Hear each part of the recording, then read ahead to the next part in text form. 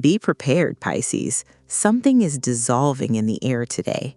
The sky will turn from bright to dark, and that is exactly the moment you need something that will not only protect you, but open a door you never expected to find. There are 3 events happening in the sky right now, and all 3 are going to test you. Skip this video and you might miss the one part of today built specifically for you. Stay with me here, because I'm not going to give you a generic horoscope. I'm going to walk you through exactly why this day was always going to land differently on you than it does on the other 11 signs, and exactly what to do with that once you understand it.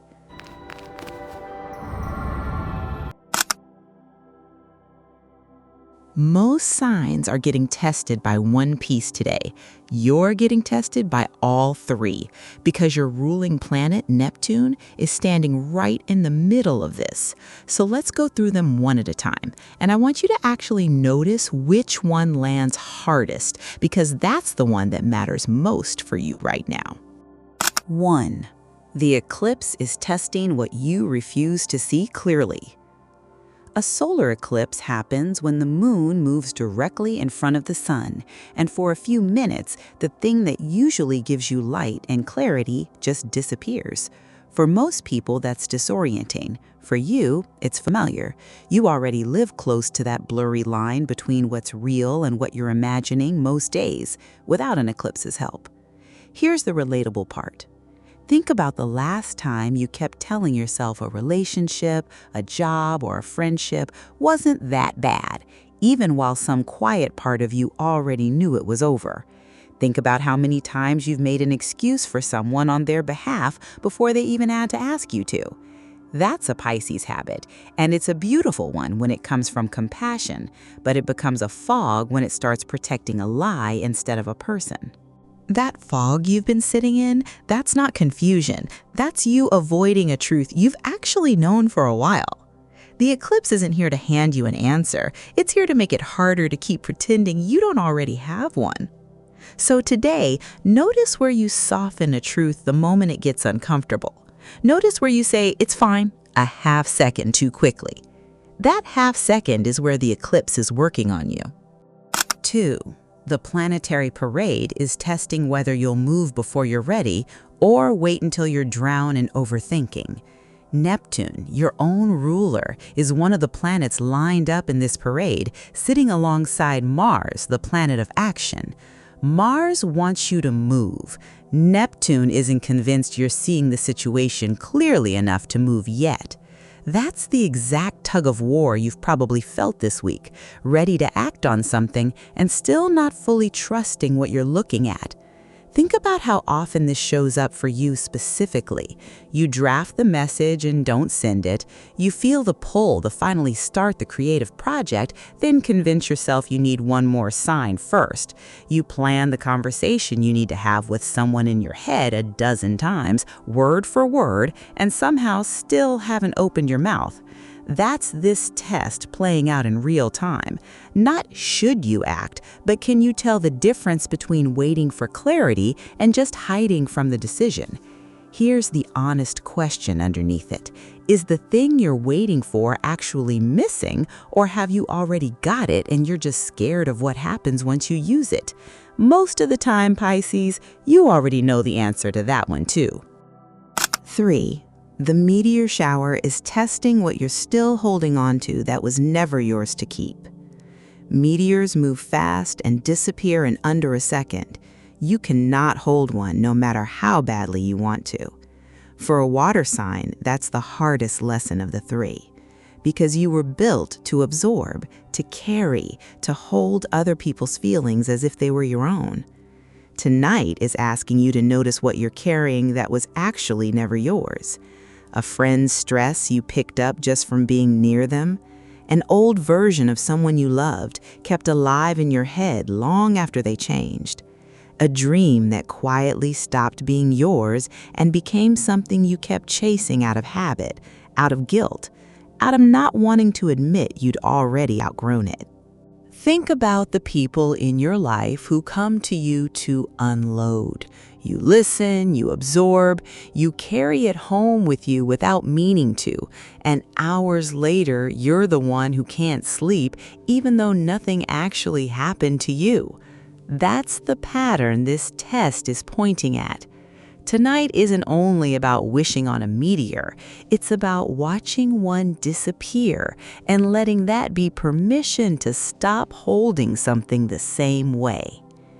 If even one of these 3 tests hit you harder than the other 2, tell me which one in the comments right now, just the number, 1, 2, or 3. I read these, and honestly, Pisces comments are always the ones that tell me the most about what's actually going on out there. Now that you know your 3 tests, I need to warn you about the one trap that can undo all 3 of them at once. And Pisces, this is the part most videos never tell you because it's the one shadow that belongs to your sign and almost no other. The trap is escape dressed up as surrender. Here's the difference, Pisces, and I need you to actually hear it because from the inside they feel identical. Surrender is what happens when you stop fighting a truth you already know. You feel the ache of it, you let it hurt for exactly as long as it needs to hurt, and you come back into your life a little lighter and a little more honest. Surrender doesn't remove you from your life, it just removes your resistance to what's already true inside it. Escape looks almost the same on the outside. Same tears, same silence, same pulling away. But underneath it, you're not accepting the truth, you're hiding from it. The extra hour of scrolling that isn't rest, it's numbing. Replaying an old memory, not to understand it, but to live inside it instead of your actual life. Romanticizing a person, a chapter, a version of your life that's already over, specifically because the current version feels like too much to sit with right now. You've probably done both this week without realizing which one you were doing at the time. Maybe you took the whole day to yourself and came back able to actually deal with something you'd been avoiding. That was surrender. Or maybe you took the day and the day turned into 3, and the thing you were avoiding is still exactly where you left it, untouched, waiting. That was escape wearing surrender's clothes. So Pisces, here is your test inside the test.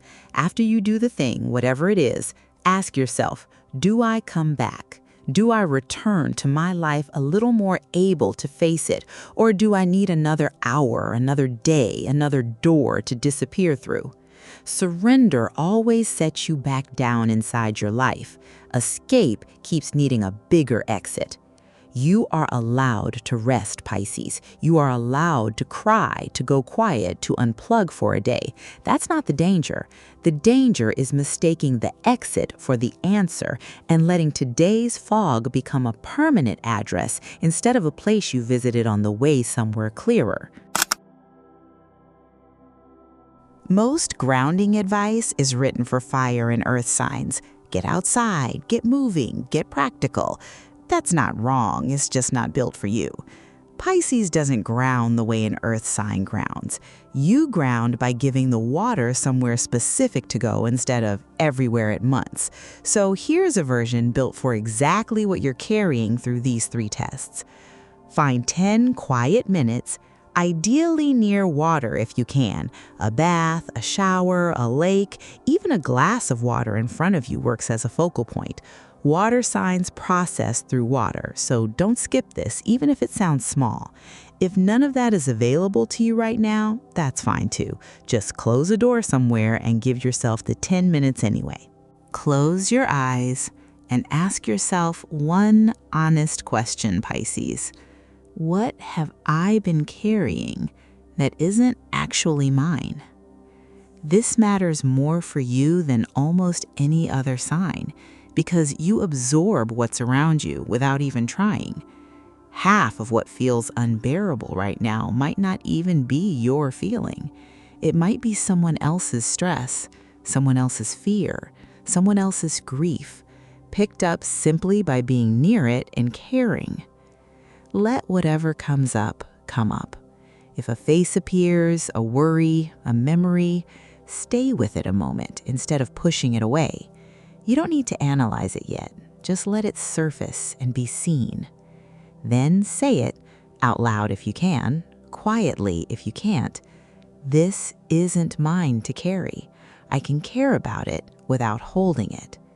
Say it again if the first time doesn't quite land. You're not rejecting the person. You're not saying their pain doesn't matter. You're just handing back what was never actually yours to keep. Finally, place a hand over your chest and take 5 slow breaths. And with each one, picture the water settling. Not disappearing, Pisces. That's not the goal, and it never will be for you. The goal is a still lake instead of a flooded one. Same water, different state. A still lake can still hold everything a flooded one can. It just does it without drowning you in the process. Do this once now, and again tonight if the Perseids are visible where you are. A meteor moving fast across a dark sky is the perfect image for you. Something intense, passing through, never meant to be held onto. Watch one disappear and let it remind your whole body, not just your mind, that intensity doesn't have to mean permanence. Don't make a big relationship decision in the middle of this window. Neptune, your own ruler, is excellent at making a person look like a soulmate or a stranger overnight. And right now, you cannot fully trust which one you're seeing. If you're spiraling toward, "This is the one," or "I need to end this today," give it a week, Pisces. If it's still true in a week, it was probably real. If it dissolves the moment the intensity fades, you already have your answer, and it's not the one you were panicking about. Watch the habits you reach for to soften the intensity. This is the one stretch where the line between taking the edge off and avoiding the feeling entirely gets dangerously thin for your sign specifically. That might be a drink, it might be a person, it might just be hours you can't account for later. You don't need to be perfect about this. Just notice it, because noticing it is most of the work. And Pisces, be careful trusting every psychic hit you get right now as fact. Some of it will be real. Your intuition genuinely is one of your gifts, and you've probably been right about things before that you couldn't explain at the time. But some of what you're picking up right now will be anxiety borrowing intuition's voice, because fear dressed up as a premonition sounds a lot more spiritual than just admitting you're scared. Write down what you're sensing instead of acting on it immediately. Check it again in a week before you treat it as certain, and see which parts still feel true once the noise of today has settled. Think back, Pisces, to another moment in your life when everything blurred together like this. A stretch where grief and hope and confusion all showed up in the same week, and you couldn't tell which feeling to trust first. Maybe it was a relationship ending, and you couldn't tell if you were mourning them or mourning the version of yourself you were when you were with them. Maybe it was a move, a loss, a version of yourself you had to let dissolve so a truer one could take its place. You survived that. Not by fighting the water, Pisces. You never win that fight, and some part of you already knows it. You survived it by eventually letting it carry you somewhere new, even before you could see the shore, even when you had absolutely no proof that solid ground existed on the other side. That's the pattern of your entire sign, and it's the pattern of these 3 tests. You are not being punished with too much feeling. You're being reminded that you already know how to hold this much because you've done it before, more than once, and you're still here, still soft in the places that matter, still able to feel this deeply without it destroying you. The same part of you that makes this week hard, Pisces, is exactly what lets you love people, art, and life itself more fully than almost any other sign. You don't get one without the other. You never have. The depth that floods you on a hard week is the exact same depth that lets you sit with a friend in their worst moment and actually understand them, that lets a song wreck you in the best possible way, that lets you love someone without holding anything back. That's not a flaw with a good side. That's just who you are, all the way through. So, Pisces, if you made it this far, tell me in the comments which of the 3 tests hit you hardest, the eclipse, the parade, or the meteors. Just the number. And if you want to say more than that, tell me what's still sitting with you underneath it. I read every one of these, and Pisces comments are always the most honest ones on this channel. And if you want more of this, time to what's actually happening in the sky instead of generic horoscope content, you know what to do. These 3 tests asked a lot of you, Pisces. They always do when it's your own ruler standing in the middle of it. But you weren't given more than you can hold. You were just reminded how much you're actually capable of holding and how much softer it feels once you stop fighting it. Take care of yourself, Pisces. I'll see you in the next one.